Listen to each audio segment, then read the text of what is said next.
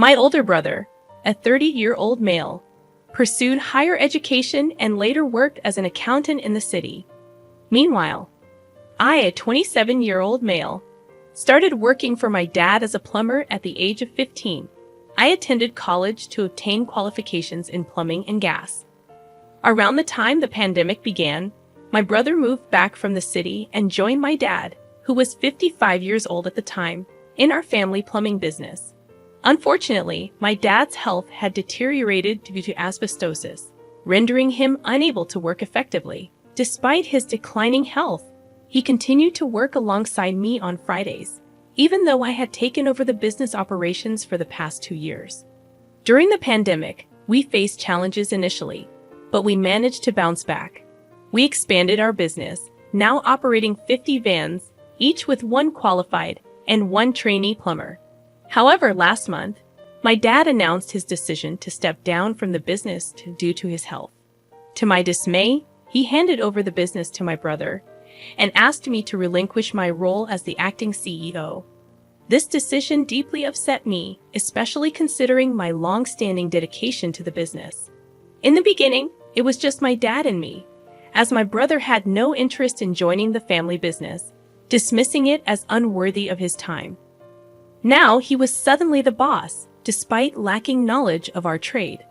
I confronted my dad about his choice, but he justified it by pointing out my brother's family responsibilities and university education.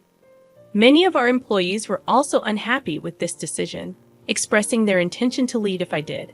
Faced with this situation, I decided to leave the family business and start my own. Despite the hurtful messages and criticisms I received, I expressed gratitude to those who supported me.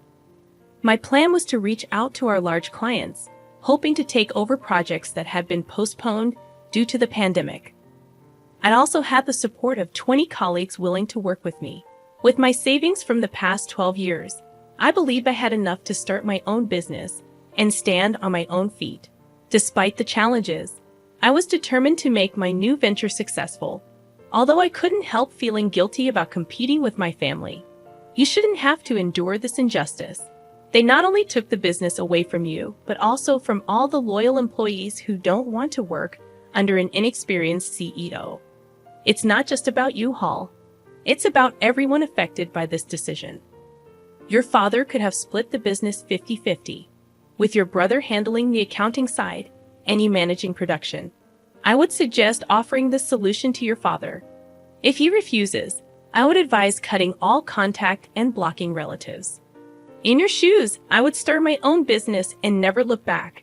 Your brother turned his back on the family business while you poured your heart and soul into building it. Honestly, I thought your brother's return would unite us all into one big family company. It's heartbreaking that your father allowed this to happen, especially the significant pay cut you had to endure. This clearly shows how he values you compared to your brother. I am truly sorry for what you're going through. I hope you find the strength to run your brother's business out of the market. Thank you for your support. The most difficult part is that my brother agreed to the pay cut.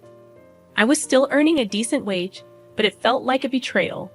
I'd always believed my father would divide the business between us, not leave me on the sidelines after everything I did to build it.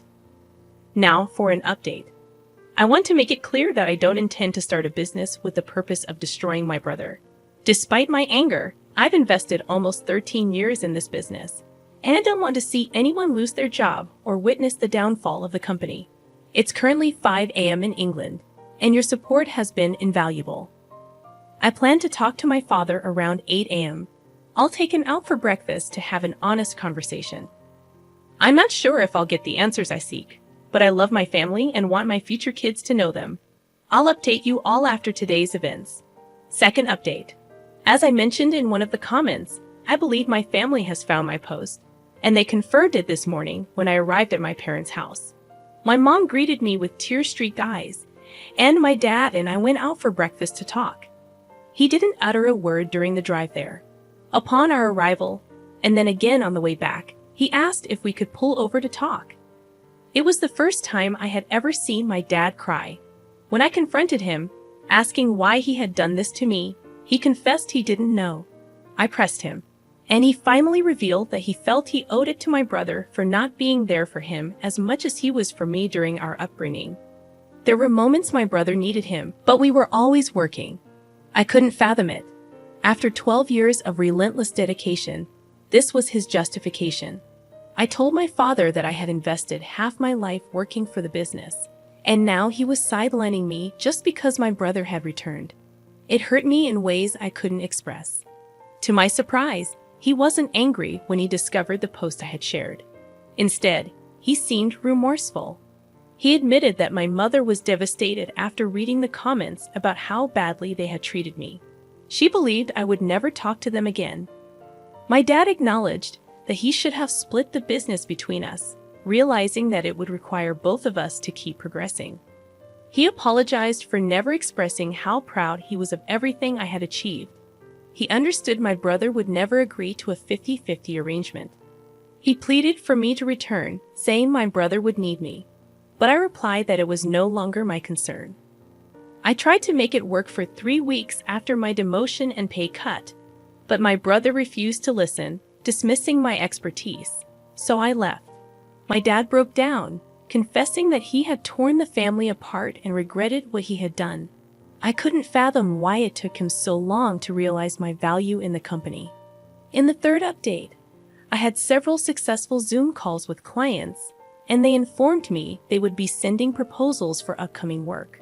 Fortunately, the start dates didn't clash, a concern that had weighed heavily on my mind. 3 of my experienced colleagues had left my previous workplace and chose to join me voluntarily, an affirmation that touched me deeply. At this point, I had everything I needed to start my new business, 3 vans, and the tools I had amassed over the years. Then, my father called and invited me over for dinner. Uncertain but hopeful, I accepted, thinking it might be a step in the right direction. When I arrived, my entire family was present. The atmosphere was tense. My mother avoided eye contact, and my brother acted as if I didn't exist. My dad asked both my brother and me to join him in his office. He began questioning when I would return to the company, stating that they needed me back early Monday morning. I couldn't believe what I was hearing. I told them both that I wouldn't be returning, that I had started my own business. I questioned my brother, asking what he meant by we, considering he was the one who had been given the business. My brother lost his temper, demanding to know why I would leave if I truly cared about the company. I didn't hold back, expressing my frustration. I reminded him that I had dedicated 12 years of my life to make the company successful, just like him. Unlike him, I didn't seek all the glory, and I wouldn't allow myself to be treated poorly. I told him to leave so I could talk to Dad. I confronted my father, asking him about his apology earlier in the day and why he expected me to return despite everything. He couldn't meet my gaze. I said my goodbyes to my cousins, nieces, and nephews, and walked out. I spent about 3 hours writing, finding solace before returning here to share my thoughts. I want to express my gratitude to everyone for the personal messages, comments, rewards, and all the encouraging words. I'll try to respond to everyone, but I'm exhausted and will likely fall asleep. In the 4th update, it's been a while since I last shared. I've had a lot going on in the past few weeks. The new business is thriving. We have plenty of work and are making good money. At the year's end, I plan to expand, and I couldn't be happier about that. My fiancé and I are overjoyed. She's busy planning our dream wedding, although she wants me to wear a suit. I insist on my kilt. Waking up next to her every day brings me immense happiness. She's been my rock through everything. Regarding my family, my father and brother still refuse to talk to me. They declared they won't attend our wedding, even though they haven't been invited. When mother contacts my fiancé, asking about wedding details but won't talk to me. On the brighter side, my fiancé's family has been incredible, helping with the lawsuits, assisting with wedding preparations, and much more. I am deeply thankful for their support. Other members of my family have backed off, apologized, and expressed a desire to make amends for the hurtful things that were said. My fiancé and I have decided to have our wedding in November. After we're married, we plan to try for children. We're both excited about becoming parents. The next story revolves around my business and the decision not to split control equally between my children. I'm a 65-year-old electrician from Germany, looking forward to settling down, traveling with my wife, and spoiling our grandchildren for the rest of our lives. I have built up a small business with 23 employees. My son, Alexander, who is 36 years old, will take control of it. I also have 2 daughters whom I am proud of. Laura, 34, has a master's degree in biochemistry, and Marie, 30, is a middle school teacher in mathematics and sports. Recently, I shared my plan of family gathering. Laura was supportive, but Marie accused me of favoritism, which I denied. I explained that Alexander had worked with me for 17 years, starting as a trainee and eventually earning his master's license as an electrician. He has demonstrated passion, dedication, and leadership, training 7 of our employees along the way. My daughters were offered opportunities to work with me during school holidays, but they pursued their own careers, which my wife and I supported financially and emotionally. I sought opinions on Reddit, asking if I was in the wrong. Most responses were in favor of my decision to leave the business to Alexander. People pointed out that hard work should be rewarded, emphasizing that he had invested his time and energy in the business and had helped make it successful. They agreed that leaving the business to him was a way to ensure stability for our employees and their families. Additionally, they acknowledged that it was my business and my money, and I had the right to decide who should inherit it. German law might have different views, but the consensus was that my choice was justifiable. In this situation, it's crucial for your uncle and cousins to consult a lawyer, as there might be legal costs involved in compensating his other children when he decides to pass the company to only one child. It's not being in a hole, it's just practical business sense. Marie may lack experience in this industry or running a business, which makes your son, Alexander, the most qualified candidate, given his 17 years of dedicated work with you. Marie's bitterness appears to stem more from Alexander's close relationship with you than from the handover of the business. It's worth considering that both Marie and Alexander had equal opportunities. They could have chosen to pursue a career as an electrician, but only Alexander followed through. It's unfair for Marie to resent the situation based on her own choices. As for your last story, about your inheritance, you're not the a-hole for not splitting your inheritance equally with your cousins. Your paternal grandmas will specify the distribution of her money among her grandchildren, not anticipating the number of children your dad and uncle would have. Your parents are right in asserting that it's your money, and you should be the one to decide how to handle it after gaining access to it. The accusations of selfishness are unwarranted, especially considering the unique circumstances that led to the uneven distribution.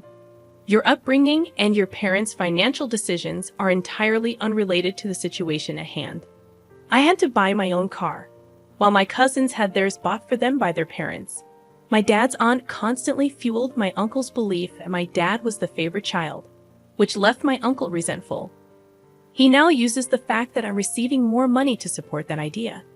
I refuse to split the money because it's rightfully mine. The inheritance was meant for the children of my dad, and it's not my fault that my parents had only one child. My parents taught me financial responsibility, and I plan to put most of the money into a lifetime ISA. I intend to use some of it to travel after university and invest the rest wisely. I'm not planning on squandering it all in one go. Furthermore, Connor and Olivia's shares are substantial, far more than most people inherit and more than many have access to in their early 20s. Connor has already spent most of his inheritance on partying, traveling, and cars, so I don't see why I should have to compensate for his choices. Regarding the messages I've received, I want to clarify that my grandma did not exclude my dad and uncle. She only left the money from her various bank accounts to the grandchildren. Her other assets, such as property, jewelry, art collection, and investments, were divided between them. To those who say I'm being selfish, I firmly believe that my decision aligns with my grandma's wishes. Imagine if the roles were reversed. Would they willingly share their inheritance? I don't think so. This is a fair, but not equal, situation. My grandmother was fair by splitting the money 50-50 between her son's descendants. It's their entitlement and not a matter of greed. Anyone questioning it can express their concerns at her grave.